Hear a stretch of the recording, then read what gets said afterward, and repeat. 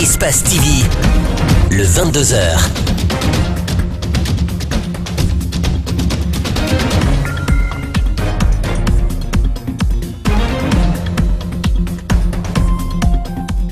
Très heureux, mesdames et messieurs, de vous retrouver pour cette nouvelle édition d'Information. Bienvenue. La page des délégations spéciales est définitivement tournée à la tête des mairies de la capitale, tout au moins Kaloum, Dixine et Ratoma. Les deux maires et la mairesse de Kaloum ont officiellement pris fonction ce mardi. Cérémonie à suivre dans ce journal. 13 zones, notamment les 5 communes de la capitale Conakry, sont des risques potentiels du radicalisme et de l'extrémisme religieux. C'est ce que révèle une enquête réalisée par l'OIM et l'UNESCO sur demande des autorités guinéennes. De quoi cela retourne? Élément de réponse dans un court instant. Il sera question aussi de handball avec les représentantes guinéennes à la Coupe d'Afrique des Nations de Dames Handball Congo 2018. 3 des 5 mairies de la capitale guinéenne viennent de tourner définitivement la page des délégations spéciales. Ce mardi, c'était la prise de fonction officielle des maires de Matam, Dixine et la mairesse de Kaloum. La cérémonie a été présidée par les autorités du gouvernorat, moment choisi par ces différents élus locaux pour rappeler les objectifs des mairies, notamment la lutte contre l'insalubrité, la promotion de la paix, entre autres. Alceni Bari, Tierno Sadouba ont fait le tour de ces 3 communes. Suivez leur reportage. Matam, 24 quartiers, 143 255 habitants, c'est l'une des plus importantes communes urbaines de la capitale et du pays.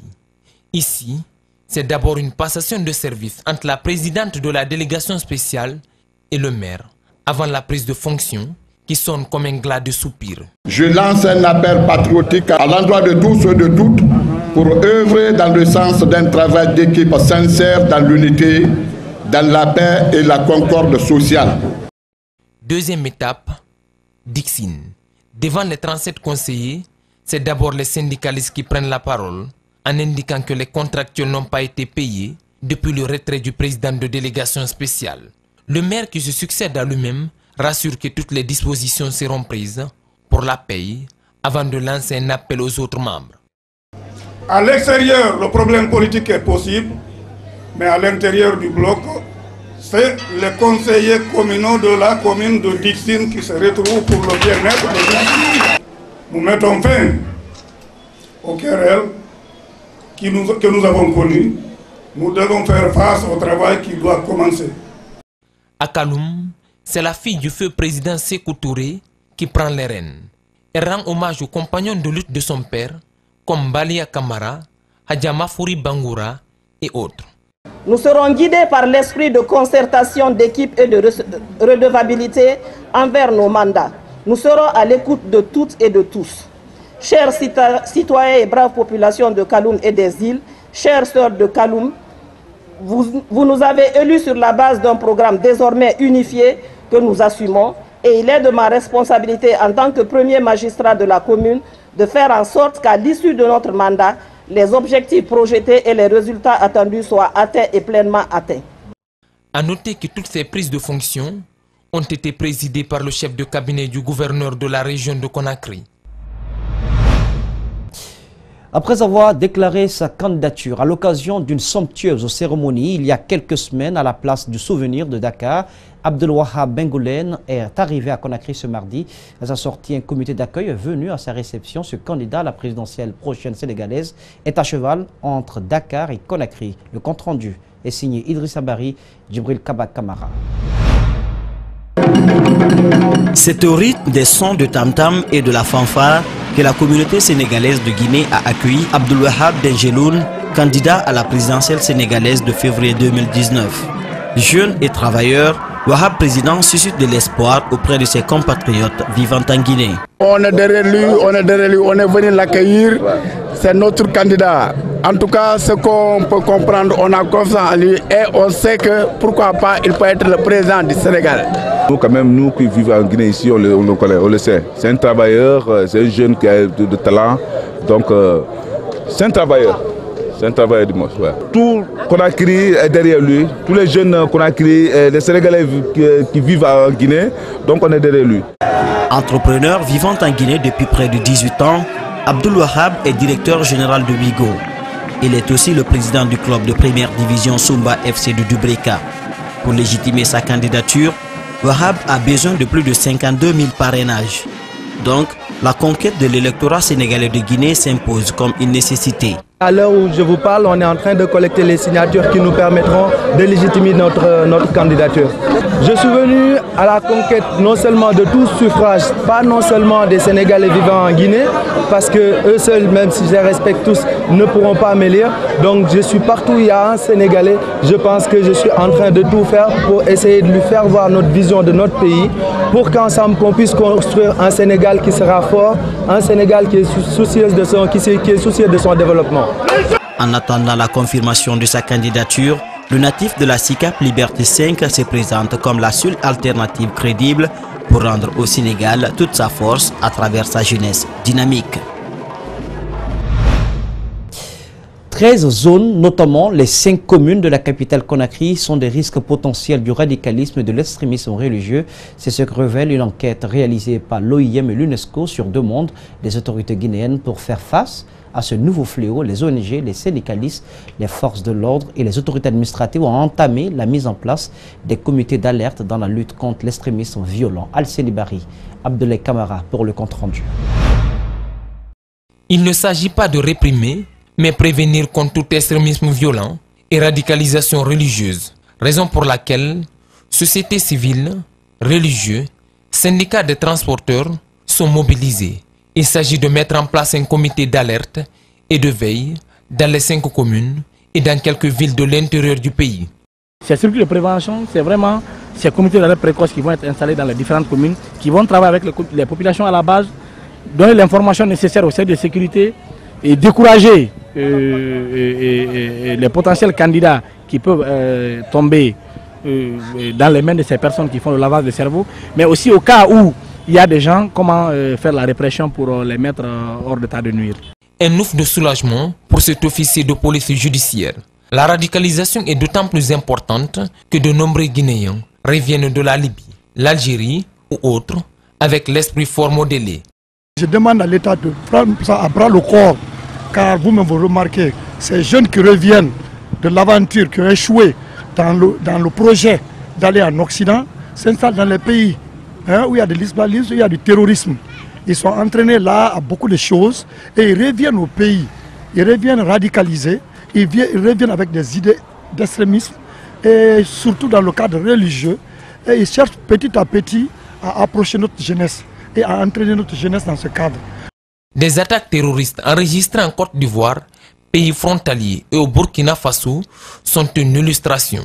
La contribution des religieux, notamment des imams, dans la formation, la sensibilisation et les prêches reste donc fondamentale. Donc l'importance de cette rencontre, c'est prouver que une fois que notre pays est menacé, parce que nos voisins n'ont pas de paix chez eux. Donc on doit prévenir et lancer l'information aux autres que tout le monde doit être mis en état d'alerte de non-violence. Ces comités de veille devraient être installés dans les 5 communes et 13 autres localités de l'intérieur du pays. L'Observatoire national des comités de concertation dans les localités minières a bouclé ce mardi sa 2e session annuelle. Durant 2 jours, les CCLM, en abrégé, se sont penchés sur le bilan de l'exercice 2018 et les perspectives pour l'année prochaine. Ces comités mis en place par une initiative conjointe des départements des mines et de l'administration du territoire et de la décentralisation ont pour mission d'intervenir par médiation en cas de conflit dans les zones minières. Les explications de Mohamed Damaro Kamara, Koroya Bokourouba. Plus de 90 CCLM, tous sont pris par cette session d'échange. L'occasion a été surtout mise à profit pour rappeler la responsabilité sociale des sociétés minières vis-à-vis des communautés riveraines. Si la société ne contribue pas à l'amélioration des conditions de vie des citoyens, elle devient donc inutile. Alors donc c'est tout ça qu'il faut que le CCLM explique dans ces séances de sensibilisation pour non seulement élever le niveau de compréhension de nos parents, mais également pour faire valoir leurs droits. Au nombre des recommandations, la synergie des actions de l'ensemble des comités de concertation a retenu les attentions. Et la recommandation phare pour moi, c'est que qu'il y ait cette synergie d'action entre les CCLM, que l'on arrive à partager les expériences réussies pour galvaniser nos interventions sur le terrain. Je crois que ça mérite d'être retenu. Et ensuite, cette relation de partenariat avec les autorités à tous les niveaux. Courant 2018, ces structures sont parvenues à résoudre une soixantaine de conflits dans les zones d'impact, un motif de satisfaction pour le département des mines, disposé toujours à accompagner toute initiative de paix dans ces localités. Au niveau du ministère des Mines et de la Géologie, n'hésitez pas, nous sommes ouverts à toutes les propositions. Il est important que nous écoutions les acteurs de terrain parce que c'est vous qui êtes confrontés à la réalité directe sur le terrain. Et c'est à travers vous que nous pouvons faire passer les messages également. Mise en place par une initiative conjointe des départements des mines et de l'administration du territoire et de la décentralisation, ces CCLM, qui sont une structure fêtière de tous les comités de concertation, ont contribué à l'extinction des manifestations de désaccords dans les zones minières. Et ces efforts de pacification souffrent d'un accompagnement financier et logistique. Bientôt, l'opérationnalisation du centre de dispatching de l'énergie à Conakry. Les travaux à ce jour exécutés à 78%. Ce centre va désormais gérer le réseau énergétique du pays et sera interconnecté avec les pays de la sous-région. Djibril Ba, Alseni Kamara pour ce public reportage. Le présent centre de conduite énergétique est une première en Guinée. Il est financé par le gouvernement guinéen et le fonds d'Abu Dhabi à hauteur de 150 milliards de francs guinéens. Dans ces bâtiments R+3, plusieurs services seront offerts pour améliorer la qualité de la desserte du courant électrique. Pas seulement, il sera aussi le point focal du réseau électrique des pays limitrophes tels que la Sierra Leone, le Libéria. On est à peu près ici à 78% d'avancement au niveau du bâtiment et on va démarrer toutes les modifications des installations, on va démarrer ça en début d'année prochaine. Toute la partie étude est réalisée. Donc globalement, c'est un projet qui avance normalement. Une fois le centre terminé, les populations constateront par elles-mêmes des changements dans l'utilisation du courant électrique. Normalement, nous devrons d'une part limiter les coupures en réseau, puisque nous serons informés à l'instant T d'un déclenchement, ce qui n'est pas le cas aujourd'hui. Aujourd'hui, il faut passer par du téléphone pour informer une personne, donc ça prend du temps. Là, automatiquement, un changement d'état d'un équipement, d'un ouvrage, nous serons informés tout de suite. Donc les opérateurs qui seront dans la salle de conduite pourront trouver des circuits de secours permettant de réalimenter la population rapidement. Normalement, ça devrait gagner en temps de réalimentation. Et en plus de ça, si nous avons des grands événements, on pourra faire en sorte de privilégier certaines zones pour des gens qui sont ce qu'on appelle des insuffisants respiratoires ou des hôpitaux. La mise à disposition du centre se fera tout de même en janvier. Pour cette bâtisse, tous les équipements sont disponibles pour son fonctionnement, nous rassure le superviseur de l'infrastructure. Une infrastructure de cet acabit a été réalisée au Togo, au Bénin et au Mali par les mêmes entreprises. Le 15e congrès de la Société africaine de gynécologie obstétrique se poursuit en Guinée. Améliorer la pratique gynécologique et obstétrique à travers la formation et la recherche en vue d'élever le niveau de professionnalisme et imposer le respect de l'éthique. C'est l'ambition qu'il se fixe. Les travaux ont réuni les responsables des sages-femmes à Conakry venus de 20 pays d'Afrique et de l'Europe. Ouminato Sidibé, Ibrahima Sori 5 Soma. Depuis sa création en 1988, la Société africaine de gynécologie et obstétrique organise chaque 2 ans un congrès pour faire le point sur les avancées de ses interventions en Afrique et tracer de nouvelles perspectives. Dans la plupart de ces pays, la couverture en soins de qualité pour la mère et l'enfant en vue de la réduction de la mortalité est loin d'être une réalité. Pour inverser cette tendance, la présidente des associations de sages-femmes de l'Afrique francophone propose. Sans le déploiement adéquat, pensé, coordonné, ambitieux et volontaire des professionnels sages-femmes, ce rêve ne pourrait jamais être atteint. La Guinée dispose désormais d'une faculté des sciences et techniques de la santé à la place des facultés de médecine pour mieux encadrer la profession, mais aussi permettre aux sages-femmes d'être détentrices d'une licence et passer ensuite le doctorat. Et elles peuvent même devenir techniciennes supérieures agrégées dans le domaine où ils sont. Donc, les enseignants de rang A dans leur domaine. Et c'est pour cela, dans la réforme des universités dans un certain nombre de pays, tels que la Guinée, on a intégré cet enseignement. Ce congrès a ainsi permis aux sages-femmes d'Afrique d'exposer leurs problèmes. La présidente des sages-femmes de Guinée revient sur les difficultés auxquelles elles sont confrontées. Le déploiement des sages-femmes qui cause un problème dans les zones difficiles. Et puis, bon, il y a aussi un manque de financement pour accompagner les sages-femmes pour leur plan d'action opérationnel. Les partenaires techniques et financiers de ce projet sont entre autres le ministère guinéen de la Santé, l'UNICEF et l'UNFPA.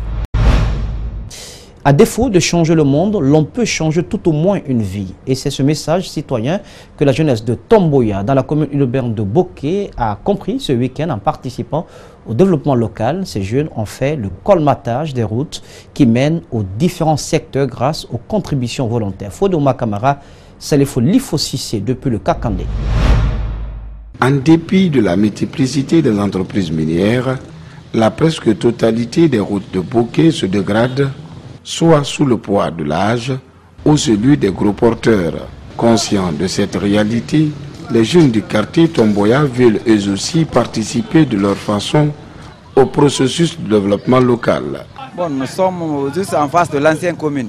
La dernière fois, on était en face de la gendarmerie. Juste après, on va continuer vers la pharmacie de M. Nabé. Après, on va vers la grande mosquée centrale, si Dieu nous le permet. Le président du conseil du quartier de Tomboya salue cette initiative citoyenne. Un jour, parce que déjà pendant la saison pluvieuse, il y avait maintenant un grand fossé là, toujours au carrefour à Sakonte. Maintenant, ça a emmerdé les usagers de le passage. Maintenant, les enfants se sont retrouvés maintenant. Ils disent que maintenant, président, ce qu'on va faire, essayer maintenant, on va se contribuer maintenant pour qu'on puisse au même colmater ce trou-là. Pour renforcer la volonté des jeunes, l'Union des transporteurs de Boké a apporté son soutien à travers des chargements de latérite et de sacs de ciment. Si la jeunesse de Tomboya décide de réparer les voiries urbaines de la ville de Boké, nous ne pouvons pas rester en marge. Personnellement, j'ai mis à leur disposition mon camion Ben, une manière de les accompagner.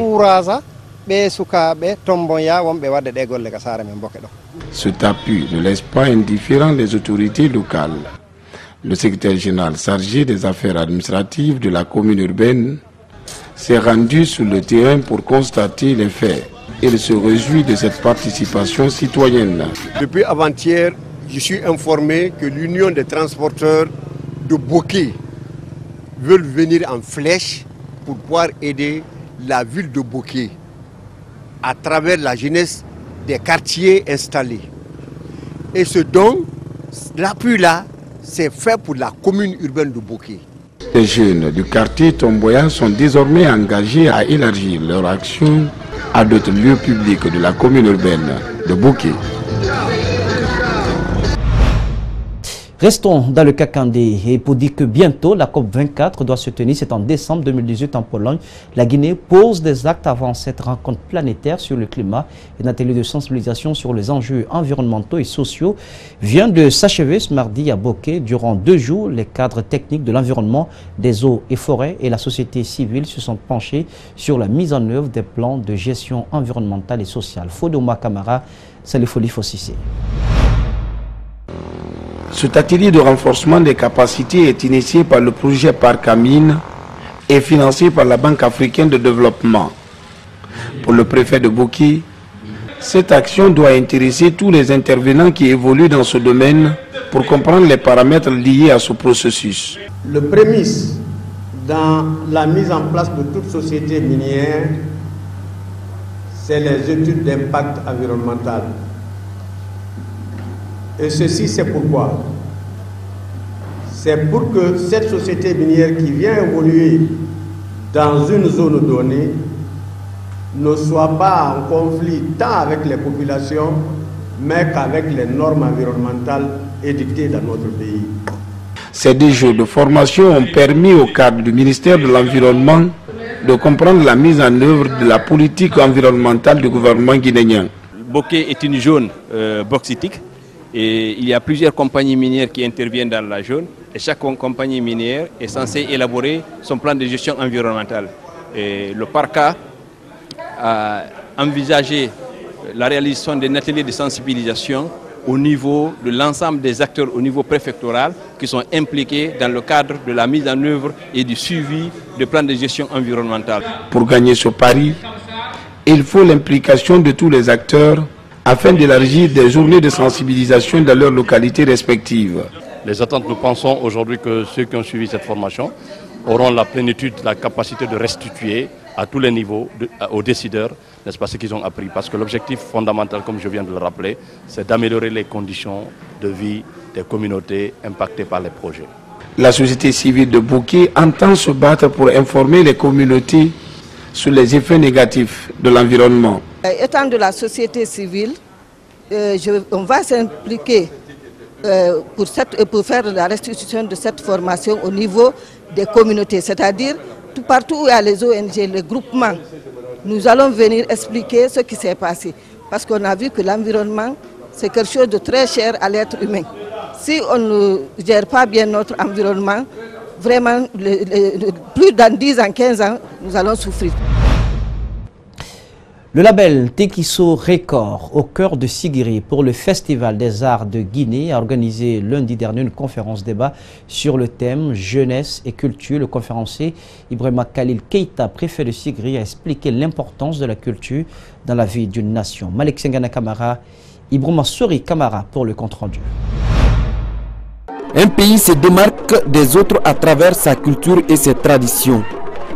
En Afrique, précisément en Guinée, ces pratiques ancestrales se transmettent de génération en génération. Cependant, en ce XXIe siècle, la modernité a pris le dessus sur ces valeurs qui faisaient la fierté de tout un peuple. Une réalité déplorable pour le conférencier. Il s'est dit prêt à accompagner toutes les initiatives qui visent à revaloriser la culture guinéenne. C'est bon qu'on soit à la page du monde actuel. Le monde du nucléaire, le monde de l'informatique. C'est vrai, mais en allant avec les aspects positifs de notre culture. Nous sommes prêts à encourager ça. Il est rare de trouver de nos jours le tam-tam dans nos villages. Cette disparition progressive de cet instrument musical propre au Manding est due à un autre facteur, explique Ibrahima Khalil Keita. Le fait de faire en sorte que l'on adhère à la religion, à l'islam, ça a aussi causé la perte de certaines de nos valeurs. Quand vous lisez alors, Islam et Révolution de Ahmed Sékou Touré, vous pouvez rester croyant et développer nos cultures. Sigiri, une ville riche en patrimoine historique, mérite d'être connue par le monde entier, s'engage le PDG de Tekiso Record, organisateur de Festargui. Sigiri, qui abrite aujourd'hui le Festargui, a un patrimoine de l'UNESCO. Peu de villes dans le monde peuvent se vanter d'en avoir, même des pays. Sigiri a, mais le lieu n'est pas exploité comme ça se devrait. Alors que c'est les gens qui doivent quitter le monde entier pour faire la file pour venir regarder ce bijou ancestral. Donc c'est le défi que Tekiso Record s'est lancé. La jeunesse de Sigiri, fortement mobilisée à cette conférence débat, a reçu des enseignements pour un retour à la source. La prestation de la troupe Diamanadia sur l'éducation des enfants a mis fin à cette conférence débat. Parlons à présent de la Coupe d'Afrique des Nations de dames handball Congo 2018. La Guinée doit participer à cette messe continentale. Les représentantes guinéennes ont reçu le drapeau ce matin des mains du ministre des Sports, de la Culture et du Patrimoine historique, Moussa Campos Souma. Mohamed Lamine Silla y était pour vous. Comme il est de coutume pour chaque sélection nationale qui prend part à une compétition internationale, il faut passer à la traditionnelle remise de drapeau. Ce mardi, au département en charge des sports, l'équipe nationale de handball senior de Guinée a été reçue pour recevoir les tricolores qui flottera pendant les phases finales de la 23e édition de la Coupe d'Afrique des Nations dames de handball prévue au Congo-Brazzaville du 2 au 12 décembre 2018. Les autorités sportives exhortent les filles à défendre la patrie et pour Bantamasso, la Fédération guinéenne de handball est la meilleure fédération. On donne le drapeau à une équipe nationale. On joue l'hymne national pour une équipe nationale. Vous allez défendre la patrie. La fédération du hand fait partie des plus grandes fédérations de notre pays. Ça, qu'on aime la fédération, qu'on ne l'aime pas, la fédération fait du très bon boulot. L'instance dirigeante du handball guinéen espère aller loin pour jouer la Coupe du Monde. Il faut cette fois-ci aller très loin, aller jusqu'en demi-finale et essayer, parce que notre objectif c'est comment se qualifier à une phase finale d'un championnat du monde. Donc pour se qualifier, il faut être parmi les 3 premiers de la compétition. Cette fois-ci, à cause de ça, nous n'avons pas lésiné sur les moyens. En rappel, 10 équipes réparties en 2 poules prennent part à cette compétition continentale, à savoir poule A, Tunisie, Maroc, Côte d'Ivoire, Sénégal, Algérie. Poule B, Angola, tenante du titre Congo, pays hôte RD Congo, Guinée, Maroc. Les 4 premières équipes de chaque groupe se qualifient pour les quarts de finale. À la fin du tournoi, les 3 premières équipes sont qualifiées pour le championnat du monde 2019 et la première sera qualifiée pour les Jeux de Tokyo en 2020. La Guinée entre en lice le dimanche 2 décembre contre la tenante du titre l'Angola à partir de 13 h. La capitaine du Sili handball rêve de finir premier sur le podium. Déjà c'est un honneur, je pense que pour tout le monde, pour toute l'équipe, c'est un honneur de recevoir le drapeau du ministre des Sports et d'aller défendre les couleurs de la Guinée à la CAN au Congo. On va tout faire déjà pour être dans les 3 premières pour pouvoir participer à un mondial au Japon et puis pourquoi pas la première place. Ailleurs dans le monde, à 107 ans, ce lundi, Robert Marchand, le cycliste centenaire, souffle ses bougies en s'offrant un tour à vélo, une quinzaine de kilomètres sur une voie verte en Ardèche entre Privas et le Pouzin, entouré de quelques dizaines de supporters.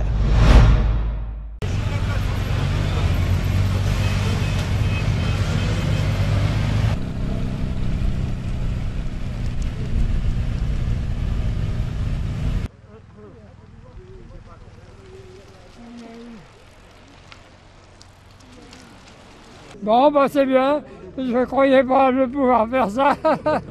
Voilà, ça va. Mais c'est malheureux. On n'est pas équipé pour rouler au froid. Ah oui.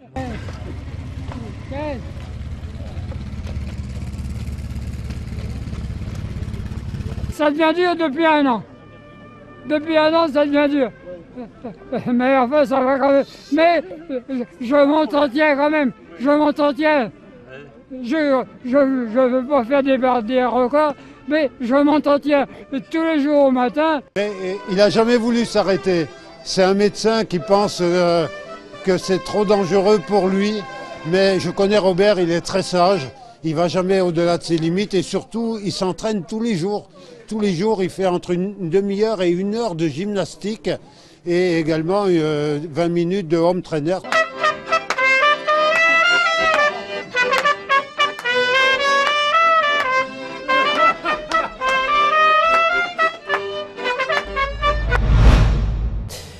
Souvent associé à l'Écosse, à l'Irlande ou au Japon, le whisky devient aussi français. Et si la production hexagonale reste confidentielle, le nombre de distilleries bondit. Suivez ce reportage.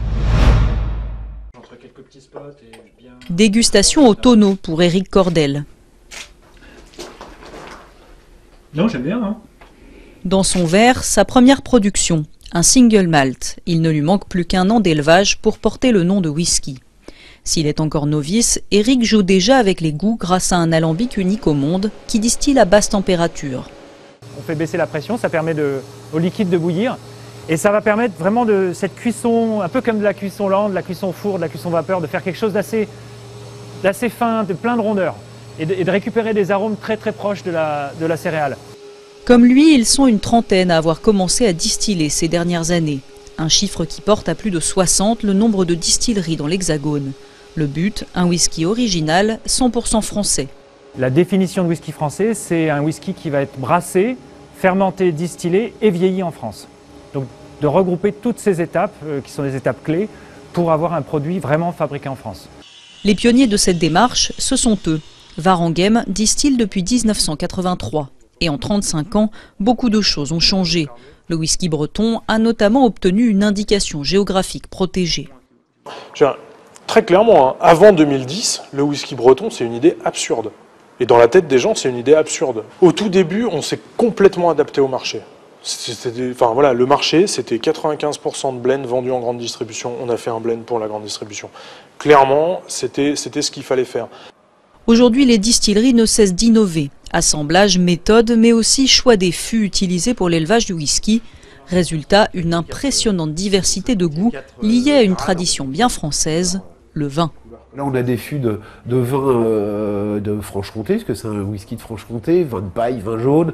Ici, c'est un whisky qui est assemblé à Cognac, on est plutôt dans des fûts de vin de Sauternes. En haut, des fûts de vin blanc. Bon, voilà, donc c'est vrai qu'aujourd'hui, le savoir-faire du whisky de France s'appuie évidemment sur le savoir-faire de la tonnellerie et des vignerons français, et ça, c'est évidemment très intéressant. Pour ces whiskies, le marché reste à conquérir. C'est le spiritueux préféré des Français et de loin, mais pour l'instant, moins de 1% des 200 millions de bouteilles bues chaque année dans l'Hexagone y sont produites. C'est donc cet élément qui met fin à cette édition d'information que j'ai eu un agréable plaisir de vous présenter. Au cadrage pour vous, Alseni Kamara Kouriaboukourma était présent, à la régie Lamine Sidibé Mafata Sano, le tout sous la supervision technique d'Alikaba de Francis Collier. N'oubliez pas, l'info c'est au bout de votre doigt sur le www.espacetvguinée.info. Passez une agréable sur le programme sur Espace TV, la télé de notre planète.